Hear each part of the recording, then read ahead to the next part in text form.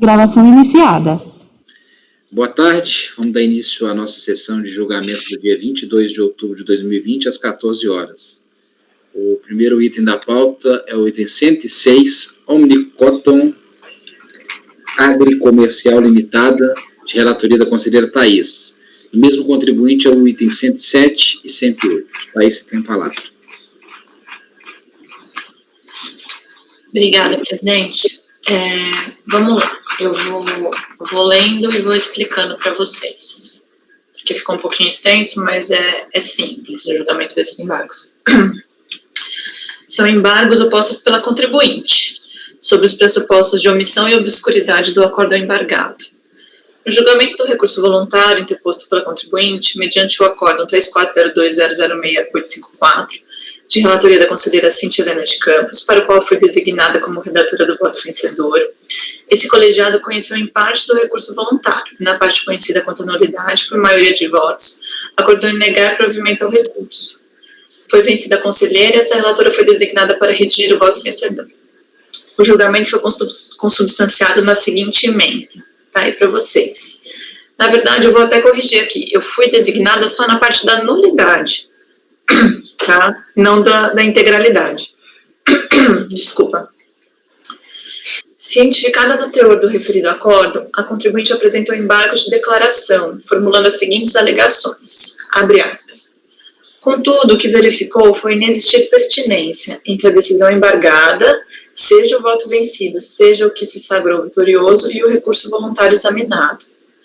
E assim mostrou-se obscura a decisão embargada, posto que não se viu argumentado no já citado recurso voluntário qualquer ponderação de nulidade do acórdão proferido no julgamento da manifestação de inconformidade. Já vou parar por aqui a leitura desse trecho, tá? Porque é o suficiente para a gente avançar. Voltando lá às minhas palavras, na página 2. Depois de serem objeto de verificação do despacho de folhas tal, os aclaratórios foram remetidos a essa conselheira, uma vez que foram admitidos unicamente no que tange à alegação de obscuridade, a qual constaria do voto vencedor por mim redigido. É o relatório, presidente. Pois bem, de acordo com o despacho de admissibilidade, com o qual concordo em sua integralidade, os embargos de declaração são tempestivos, mas só devem ser conhecidos em relação à obscuridade do voto vencedor, quanto à referência de argumentos de defesa que não constantes do recurso voluntário. Passo então à análise do ponto controvertido. Como bem delineado no despacho de admissibilidade acerca do argumento da obscuridade do acórdão embargado, tá aí, tá? Então, eu transcrevi aqui um trecho do despacho de admissibilidade que mostra o que destacou a embargante e depois o que está no acórdão, tá? Em seguida, fala assim. Estou lá no final da página 4. Contextualizando os fatos, verifica-se que tem razão a embargante quando argue que não há pedido de nulidade no recurso voluntário, e de fato não há, como se percebe da leitura da referida peça de defesa de folhas 234 a 250. Ocorre que dos excertos acima, representativos do voto vencido, observe-se que esclarece o citado voto, que, não obstante a impossibilidade de conhecimento das razões recursais quando a recomposição da base de cálculo, na forma apresentada pela contribuinte, observa pela necessidade de destacar vícios sobre as informações prestadas pela equipe de fiscalização quanto à base de cálculo apurada e respectiva conclusão de inexistência do direito creditório pleiteado. Ou seja, a preliminar de nulidade do despacho, por vício formal, foi suscitada pela relatora do voto vencido, visto que entendeu que não há imprecisão dos registros apontados para alimentar a planilha e resultados apurados, bem como nos argumentos do auditor fiscal apresentados em informação de folhas tal. E, embora o recurso voluntário não possa ser conhecido em fase da preclusão consumativa, deve ser analisado o ato administrativo e tal. Então, foi algo que a Cíntia entendeu que era analisável de ofício e propôs essa nulidade. Tudo certo, tá? Já vou passar, então, para as minhas palavras no final da página 5. Bem verificou o despacho de admissibilidade que essa conselheira equivocou-se ao atribuir a argumentação acerca da carência dos fundamentos da fiscalização no despacho decisório à recorrente, ora embargante.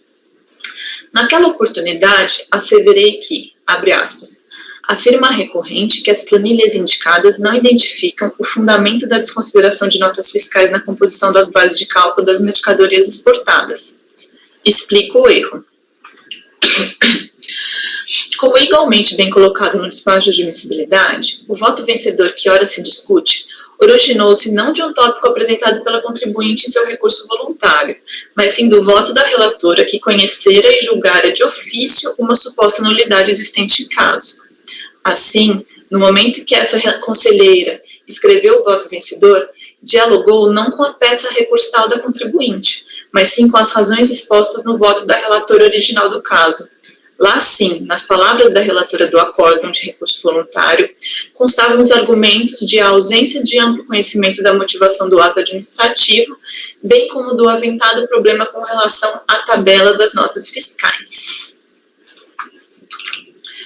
Isso quer dizer que, quando esta conselheira afirmou que, abre aspas, a recorrente, fecha aspas, se insurgia contra os citados pontos, na verdade deveria ter escrito que, abre aspas, a relatora, fecha aspas, que o fazia. Provavelmente o erro decorreu do hábito de contrapor os argumentos dos contribuintes e ou fisco no momento de julgar o processo do CARF e não as ideias do relator originário do caso. Então fui eu, tá? Errei mesmo, só na hora que eu fui falar da nulidade, falei como se o contribuinte tivesse suscitado a nulidade, e quem suscitou foi a Cíntia. Esclarecido tal ponto, permanecem irretocáveis a lógica e o resultado do julgamento apresentado no voto vencedor do acórdão 3402006854 sobre a inexistência de nulidade no presente caso. Diante do exposto, voto por acolher os presentes embargos, sanando a obscuridade apontada sem efeitos infringentes. É como voto, presidente. Ok, Thaís. E os demais? São iguais. Ok. Então, conselheiro Pedro, como vota? Eu acompanho a relatora. Cíntia? Eu acompanho a relatora. Renan? Com a relatora. Renata? Com a relatora. Lara? Acompanho, presidente. Sabrina? Com a relatora. Eu também acompanho, então acordo os membros do colegiado por unanimidade de votos e acolher os embargos de declaração, sanando a obscuridade apontada sem efeitos infringentes. Esse resultado era o 106, 107 e 108. Agora, na sequência, a gente passa para o item 109 da pauta, Garagem Moderna Limitada, de relatoria do conselheiro Pedro. Também, embargos do contribuinte, os itens 109 a 118, do mesmo contribuinte, do mesmo relator. Pedro, você tem que falar. Presidente, eu só vou levantar aqui para fechar uma porta que está batendo, cada vento, Perfeito. não vai atrapalhar durante o voto. Ok.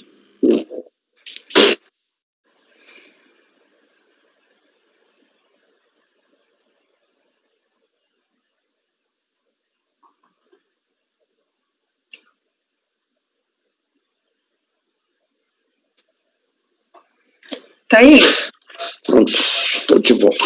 depois não, o Pedro voltou, depois eu pergunto.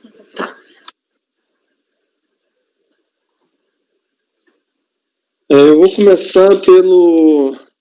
Todos são iguais, certo? Só muda o período. Acho que lendo... Vou começar pelo final 2008-05. Ok? Deixa eu ver qual é o número da pauta dele aqui.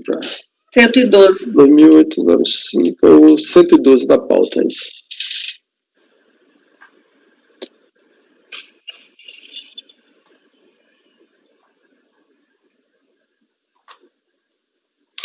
Tratam-se de embargo de declaração oposto pelo contribuinte em face do acórdão número tal de 20 de junho de 2018, que foram admitidos para sanar erro material verificado quanto à apreciação da tempestividade do recurso voluntário. O processo trata de restituição-compensação em que o contribuinte teve seu pedido de indébito negado por despacho decisório eletrônico sob o fundamento de que o crédito financeiro alegado como pagamento indevido foi integralmente utilizado para a quitação de débitos do contribuinte, não restando crédito disponível para a compensação dos débitos informado na PERDECOMP. Na manifestação de conformidade, o recorrente alegou que a origem de seus créditos tem amparo na Lei 10.485/2002, por se tratar de produtos monofases que teriam sido incluídos indevidamente na base de cálculo do PIS e COFINS, na saída, né, dos produtos. Ato contínuo, a DRJ Belo Horizonte julgou a manifestação de conformidade do contribuinte nos seguintes termos sintetizados na ementa do acórdão recorrido. Então, foi considerado improcedente. Em seguida, devidamente notificada, a empresa interpôs o presente recurso voluntário, pleiteando a reforma do acórdão recorrido. No recurso voluntário, a empresa suscitou as mesmas questões de mérito, repetindo as argumentações apresentadas na manifestação de inconformidade.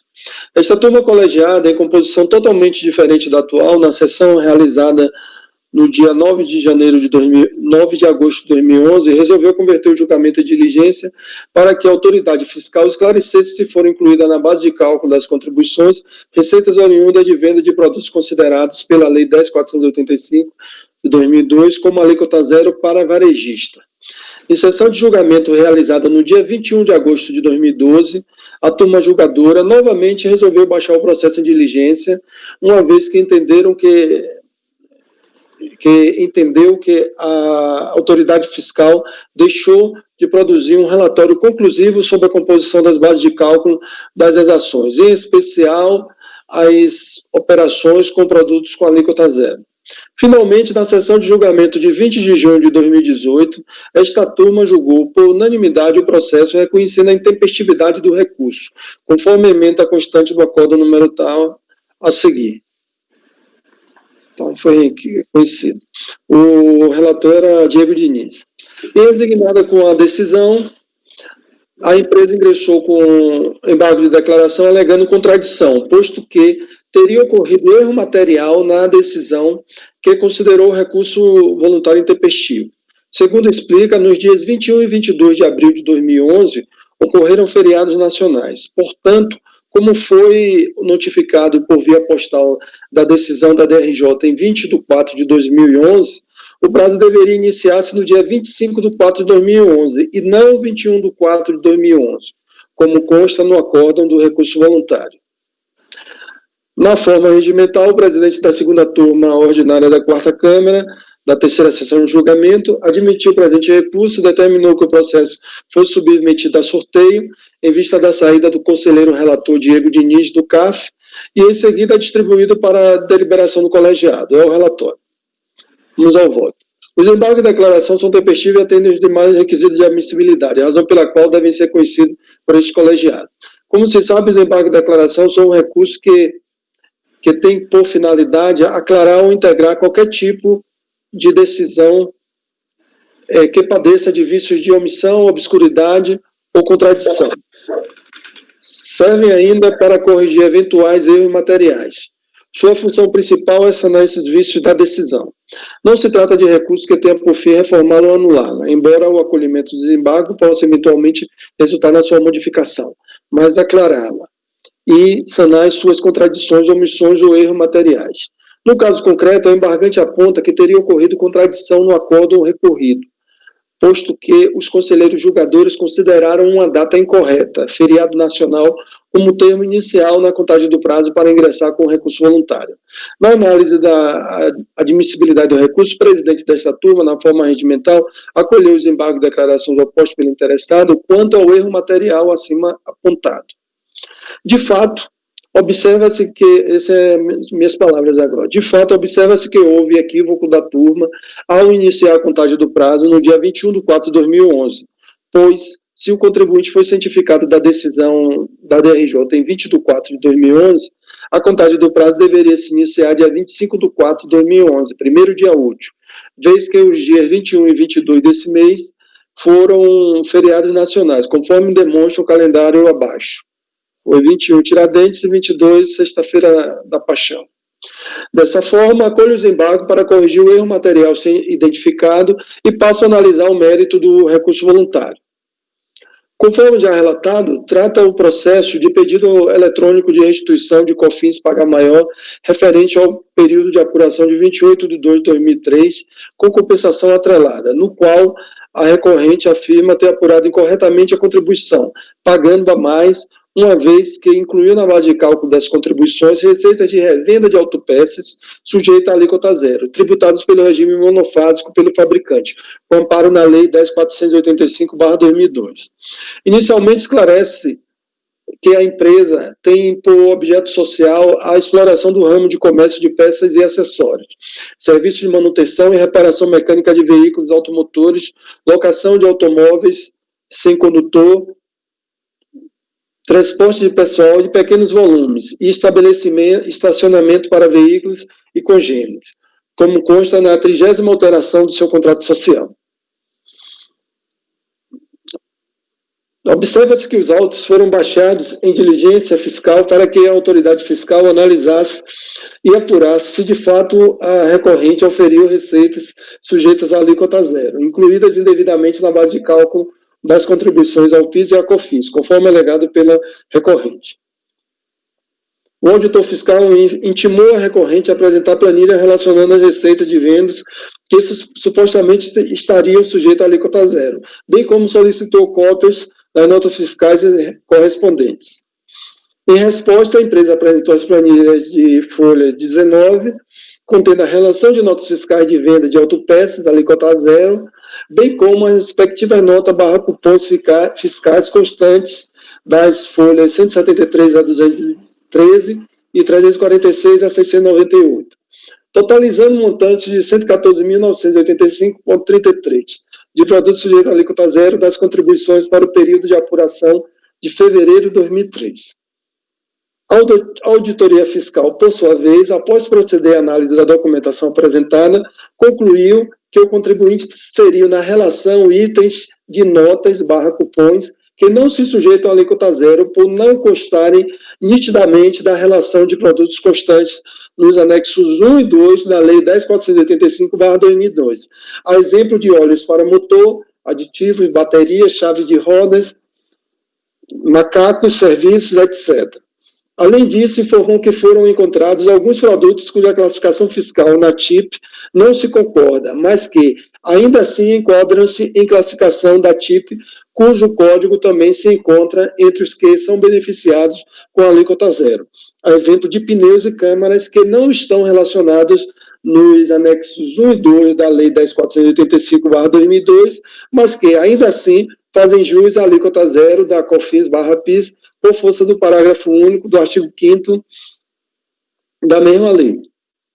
Em seguida, entendeu a autoridade fiscal que o montante de produtos sujeitos à alíquota zero da COFINS/PIS do mês de fevereiro 2003 seria de 104.028,15, conforme planilha de folha 716 a 719, enquanto que, pelo contribuinte, o valor apurado perfaz 114.985,33. Com isso, o contribuinte apurou o crédito de COFINS no valor de 3.449,56, que é a multiplicação dessa base por 3%, enquanto a fiscalização apurou um montante de 3.120,84, e a base encontrada vezes 3%. Né? A recorrente se manifestou quanto ao resultado da diligência fiscal, apenas apresentando uma planilha de classificação de mercadoria das notas fiscais que entende como corretas, mas não houve qualquer dialeticidade no recurso em face das exclusões efetuadas pela auditoria fiscal de bens não sujeitos à alíquota zero da relação inicialmente apresentada pela recorrente. Dessa forma, uma vez que não há questionamento quanto ao resultado da diligência, entendo que deve ser acolhido integralmente no presente voto o resultado desta, né? Depois eu corrigi, que reconheceu parcialmente o direito creditor utilizado em compensação, no montante de 3.120,84, folha 720 e 726. Desculpa, gente, vocês estão vendo o presidente? Caio está voltando. Pronto. Foi rapidinho, Pedro. Acho que pode continuar. Desculpa. Diante do exposto, voto no sentido de dar provimento parcial ao recurso voluntário para reconhecer o direito creditório de COFINS no montante de 3.120,84 relativo ao mês de fevereiro de 2003, conforme consta na informação fiscal de folha 720 a 726. Esse é o voto. Aí os outros também variam do tributo e período de apuração. Não tem nenhuma questão diferente. Foi a mesma coisa. Estou acolhendo o resultado da diligência. Pedro, todos eles, você está colocando esse valor que você está reconhecendo para a gente padronizar, para reconhecer o direito creditório de COFINS, os termos da diligência, não poderia ser, não? Os termos da diligência? Os termos não? Sim, mas podemos colocar a página da diligência, não? Não, no seu voto, sim, eu falo para o resultado da ata. Os termos da diligência, pode ser, mas no meu voto eu também teria que alterar ou não? Não, seu voto não, só na parte... Pode ser os termos da diligência. A capinha lá que você altera, mas na parte dispositiva sua, não. Porque aí, a gente coloca aqui, dar provimento parcial para reconhecer o direito creditório da COFINS, nos termos da diligência fiscal, é isso? Pode ser. Todos teve o mesmo problema de intempestividade, mesmas datas? Foi. Todos foram objeto de embargos. Teve a resolução antes e quando no julgamento foi reconhecida a intempestividade? Teve o retorno de duas diligências. De 2011, 2012, né? E quando a gente veio julgar, a gente identificou que estava intempestivo, mas fizemos o ponto errado. Ô, Thaís, me ajuda aqui, talvez você possa me ajudar. Colocar nos termos da diligência, não, nos termos da informação fiscal, né? Trazida aos autos. Trazida aos autos decorrentes da diligência fiscal. Ou nos termos da diligência do relatório de diligência fiscal trazida aos autos. É o nome que foi dado à informação fiscal, né? Informação fiscal, né? Nos termos da informação fiscal trazida aos autos, isso. Fica bom e padronizar para todos, né? Então, reconhecer o direito creditório nos termos da informação fiscal trazida aos autos. Pode ser assim? Pode. Tá ótimo. Ótimo. Então, todos eles no mesmo sentido, né? Você está reconhecendo da diligência. Perfeito. Então, Cíntia, como vota? Correlator. Renan? Correlator. Renata? Correlator. Lara? Correlator. Sabrina? Correlator. Thaís? Acompanho. Eu também acompanho. Pedro, antes de proclamar o resultado, você está dando provimento, a gente não está... isso aqui é embargos, a gente está padronizando, né? Aí a gente na verdade, tem que... Não é o recurso voluntário, certo? Aí você tem que ajustar, que não é o recurso voluntário. A gente está colocando em acolher os embargos, isso era uma omissão? Como? Isso era uma omissão? Não é o material. Acolher os... Faltou isso aqui, realmente, no dispositivo, eu colocar... Voto no sentido... Diante do exposto, voto no sentido de acolher os embargos para suprir... para sanar erro material e, no mérito, dar provimento parcial do jeito que está aqui, né? Então, acolher os embargos com efeitos infringentes. Com efeitos infringentes, isso. Para dar provimento parcial do jeito que está aqui. Mas eu acho que você não precisa mencionar o recurso voluntário no dispositivo, Pedro, porque o que está em julgamento agora são os embargos. Daí você está dando provimento aos embargos e o resultado disso vai implicar no recurso voluntário. Veja se fica bom, gente. Acordam os membros do colegiado, por unanimidade de votos, em acolher os embargos de declaração, sanando o erro material com efeitos infringentes, para reconhecer o direito creditório nos termos da informação fiscal trazida aos autos. Ficou perfeito. Ok. Acolher os embargos de declaração, né, com efeitos infringentes. Declaração. Eu vou encaminhar daqui a pouquinho para vocês a anotação para a ata, e aí até peço, da mesma forma que nos meses anteriores, me encaminhar a resposta até amanhã, às 13 horas, e para olhar mesmo, né? Então, assim, agora eu vou olhar mesmo, conferir tudo que passa no nosso nome. Você pode repetir aí, acolher os embargos de declaração com efeitos infringentes? Então, ficou o resultado do 109 ao 118 da seguinte forma: acorda os membros do colegiado, por unanimidade de votos, em acolher os embargos de declaração, sanando o erro material com efeitos infringentes, para reconhecer o direito creditório nos termos da informação fiscal trazida aos autos.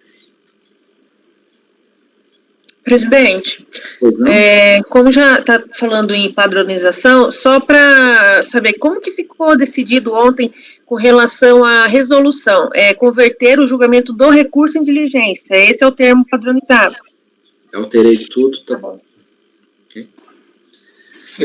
Presidente, não ficaria melhor na ata falar sobre a questão da tempestividade do recurso, acolher os embargos com efeitos infringentes, para reconhecer a tempestividade do recurso e, no mérito...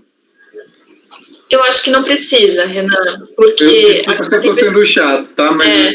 eu acho que não precisa, porque a tempestividade era do recurso voluntário, tá? Então, esse é o erro que foi sanado. Então, no dispositivo está falando do erro. Então, sanou o erro e está dando provimento aos embargos para reconhecer o crédito, entendeu? Eu acho que a partir do momento que falou do erro, já está lá. Tá ótimo, então. Ok? Ok. Então, esse é o resultado. E o último item da pauta 119, Novo Mundo Móveis, também o embargo da delegacia foi retirado de pauta. É a diretoria da Thaís. Deixa eu ver a pedido de quem? Deve ser do contribuinte. Do patrono contribuinte, exatamente. Então, com isso, encerramos a nossa... Presidente, deixa eu só conferir um negócio rápido aqui, que só para não gerar essa dúvida, só um minuto, né? Agora me veio na minha cabeça aqui que talvez tenha um que não houve débito, não houve crédito. Só um minuto. Veio a minha lembrança aqui.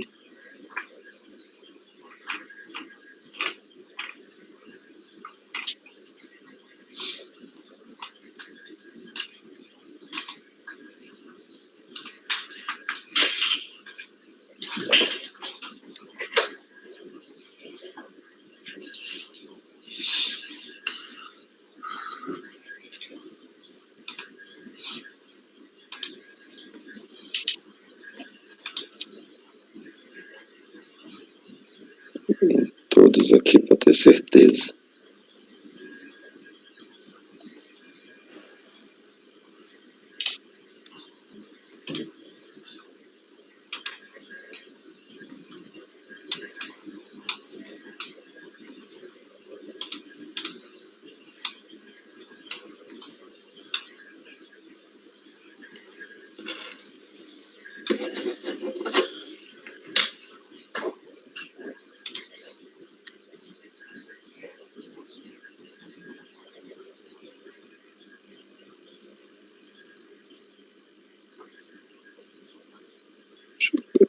Aqui.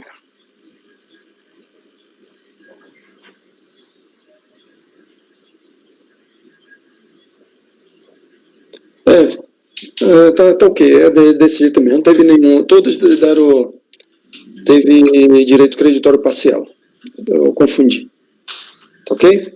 Ok. Então, gente, o resultado é esse que eu proclamei, e com isso, dou por encerrada a sessão de julgamento do dia 22 de outubro, às 14 horas.